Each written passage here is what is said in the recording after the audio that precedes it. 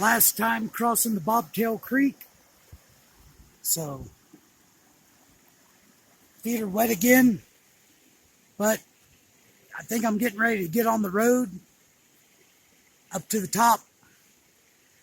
Looks like it's probably going to be at least 5 miles before I have water, so I'm going to get some now, and if my feet start to dry out, I might stop, dry out the shoes, put on some clean socks. So I'm walking down the road. I crossed the creek just right over here, and then the creek was just a trickle, and I saw this dam.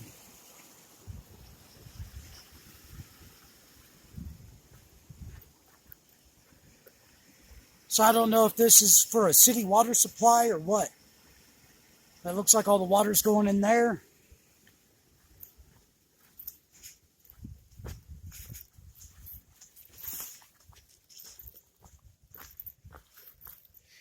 And you can hear it running in here.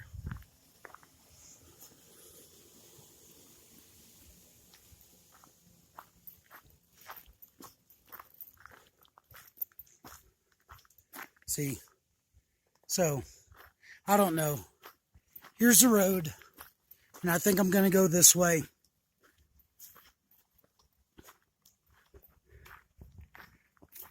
There's some good camping here. And the next 3 miles is going to be 740 foot of elevation per mile. Next 10 miles looks like it could be dry. The stream in like 5 miles isn't very reliable. Looks like it could be drying up. But it's 2:30 in the afternoon, and it's just way too early to make camp. I've got 1 liter of water with me. I'm kind of counting on the fact that it's been raining for 4 days, that those streams are going to have water. Just nothing else to do other than hike it. Be glad that it's not raining on me.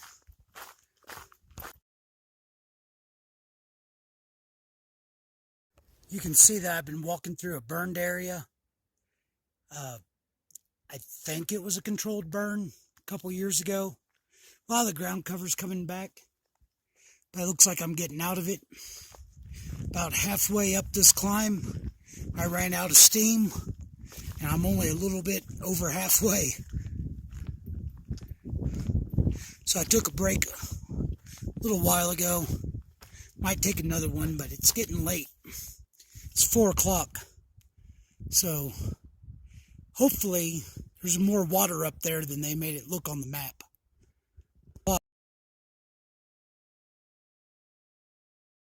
Remember a few miles ago where I said I think I can see the road I'm going to be on later?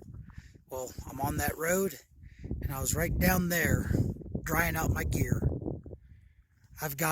This is the last switchback of the road.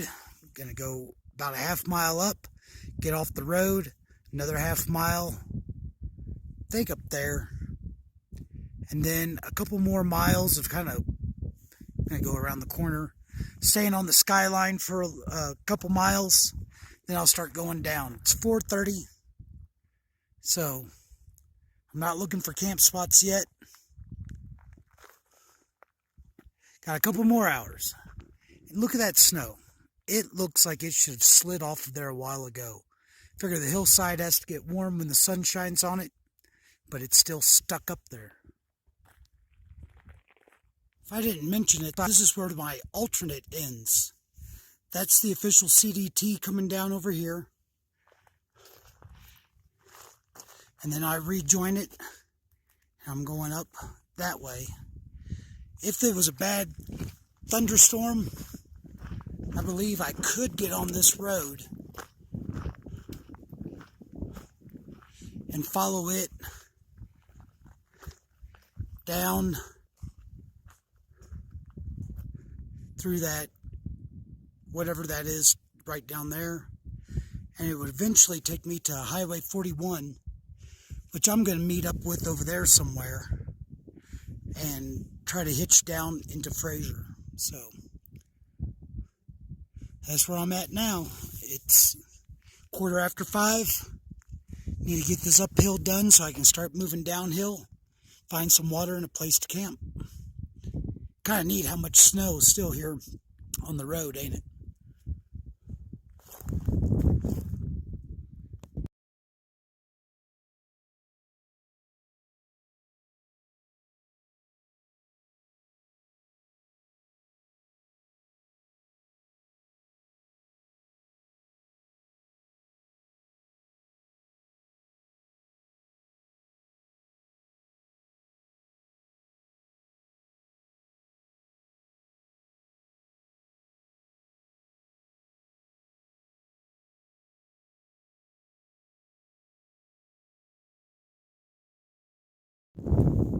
So that road I was on was Jones Pass Road, and that was Jones Pass.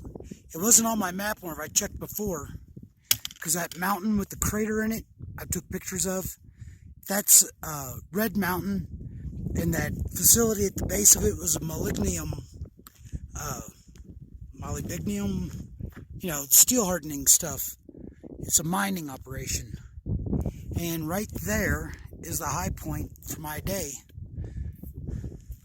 And then I'm going down. It's 6:30. When it's raining, or if I'm exhausted, I start looking for a campsite around now. I should have another hour of daylight. Try to find some water in a flat spot. Let's see, do I have a view for you? Yeah. Alright, I came down from up there. Not going down there. I'm going to switch back several times. Go across there. And around over there. So mostly downhill. But I'm going to use both hands for going down, so I'm not going to get you any more video.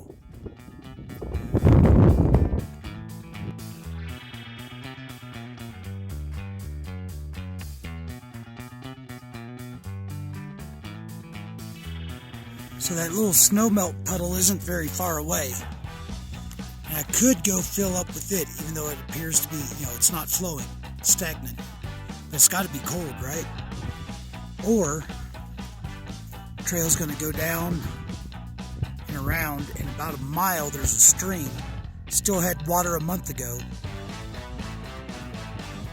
Good chance of finding flat spots over there too with some cover from the wind. So that's what I'm going to do. It's mostly downhill, 7:30. So I've got a little bit of daylight left. If you notice, that's Red Mountain. I'm coming back around. I'm going to be just opposite of that mine I was telling you about. And I think I'm less than 10 miles from the pass that would take me into town.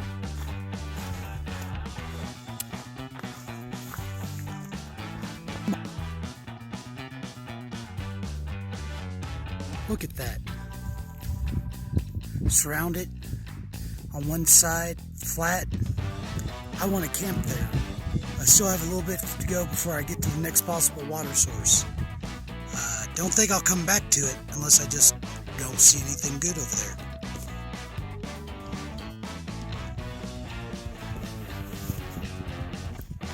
Quarter till 8. I tell you, I felt better.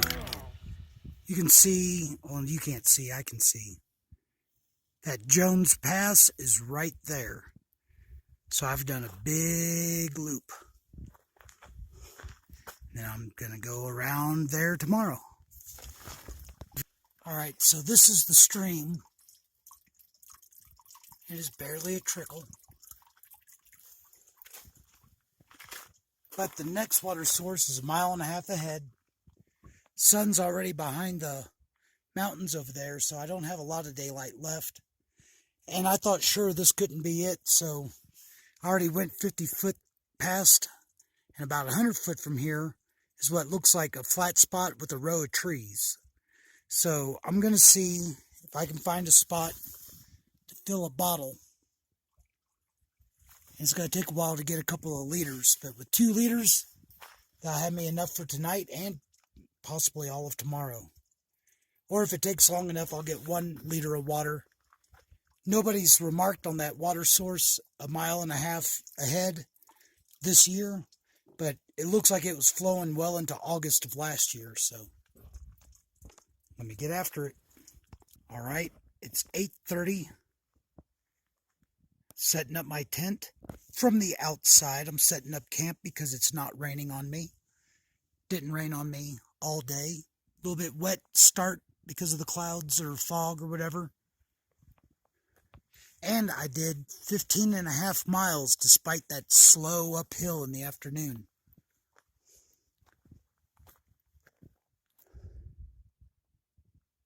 So, finished setting up camp. Camp spot's never as flat as it first looks to me after I walk around, but I think I'm going to be pretty happy with this. Trees there might block the wind a little bit. Rocks will block it from that way. I don't know whether to expect rain or what tonight, but ready to make dinner, get some sleep, and it looks like I'll be hitting town tomorrow. One more thing. Just like to point out how dry my tent and my sleeping bag are. Yeah, it took some time, but I think it's totally worth it. And the places that were leaking are right here where these tie-outs are at. And I don't know if I use them hardly at all on the Pacific Crest Trail, but with all the rain, to keep my head and my feet dry, I thought I'd get the extra room. And that seems to be where it pulled loose both times. Also down here. But for a $600 tent, I really expected this to last me all 3 big trails. I think that they sell repair tape specifically for this material, so I'll have to look into that. 7:15, and I'm finally ready to get out of camp. Woke up before 5, that was too early. Woke up again at 6. It appears that an animal got into my camp tonight, or last night.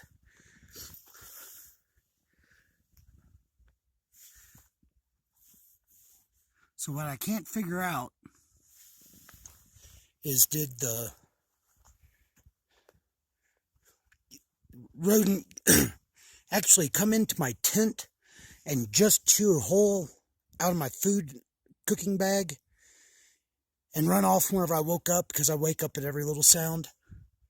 Or I had my headlamp off for a while I was journaling on my phone, and the food bag might have been sitting just outside my tent. So it might have actually gotten it before I brought it inside the tent and went to sleep. Nothing in my food bag appeared to be touched. Didn't chew a hole in my tent or anything. But I'm going to be getting to town today. I need to dump out my food bag and inspect everything before I go resupply. I don't want to be halfway to Grand Lakes and then realize that my food's been contaminated. All right, I'm not expecting a bad hike. There is one climb in between here and town. Ready to get after it. These dogs are uphill. They've been barking at me. I don't know if the trail, if there's a human up there or what.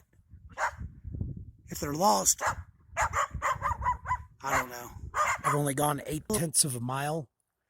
I don't know how long I've been sitting on this rock, but I've been trying to contact the Forest Service and just got a recording told to leave a message. So then I contacted the Grand County Sheriff's Office and was on hold for a while, tell them about those dogs. Whenever I rounded this corner, I thought maybe I'd have a signal, and I was right. I'm just worried that the dogs are either lost or that they have a human up there that's in trouble. So, see what time I make it to the pass. Down there is the mining operation, and that's Red Mountain right there. I need to look it up, but the way I understand is they mined so much from inside the mountain that the mountain collapsed. I don't know if that's right or not. And since I have the internet right now, I could have looked it up before shooting the video, but I didn't. The dogs were barking very aggressively and continued to bark after I left. So I don't know if they were aggressive or if they were saying, "Help me, human, help me." So hopefully the sheriff's department will give me a call back and let me know what's going on. Over there, you can see Jones Pass Road, and that's Jones Pass, where I was at 4 o'clock yesterday. All right, time to get packed back on and get back after. So I was looking on my phone, trying to find a Facebook group or anywhere else I could report those dogs or look to see if anybody else reported them missing, and a day hiker was coming from the other direction. He has 2 dogs with him. I told him about the dogs. He's hoping that whenever he gets up there, his dogs will help coax them down. He didn't have any other ideas for who I should contact. And can you tell that I'm a little bit worried about those dogs? I'm going to be thinking about that nonstop. But I got his information so that he can contact me to let me know what happens, or I can contact him and see if he even saw the dogs.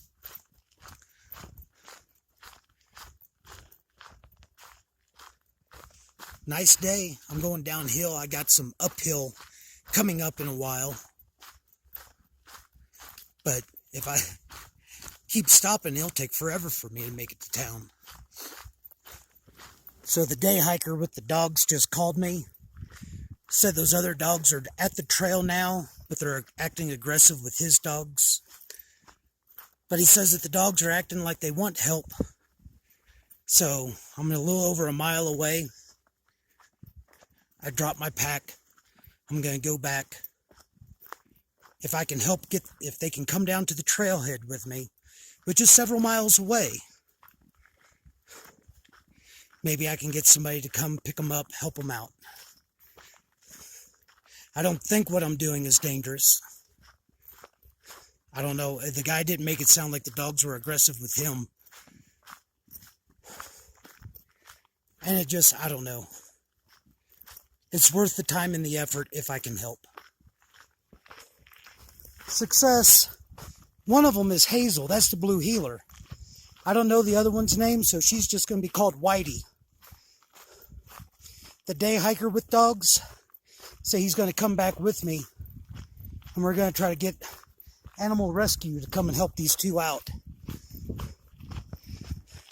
It's a good day. Come on, girls. So I think Hazel has figured out what's going on, because I'm not able to keep up with her, and she's dragging me down the trail. Slow down, Hazel. Come on. I don't know how I'm going to get my pack on with Hazel dragging me like this. Okay, so it's 11:30. Kind of been a eventful morning. So the 2 dogs dragged me the rest of the way down to the trail to the trailhead. Mike, the other hiker, had a friend call and had Animal Services meet us there. And they took the 2 dogs to a no-kill shelter. I'm blanking. It's named Charlie Place. But the one had a tag, and I hope they can track down the owners. And then, because I had hiked down the mountain, Mike just gave me a ride to Winter Park. And for $50 here at the Viking Lodge, I have my own room, my own bathroom. I thought I was going to have a bunk in a bunkhouse. So now I'm going to clean up and see about getting my resupply done and enjoy the day. But the good news is 2 dogs that were lost and hungry are now going to be fed and housed and hopefully reunited with their owners or adopted out. So Winter Park's kind of a cute little touristy town. I was able to ride the free shuttle up to Safeway to get my resupply.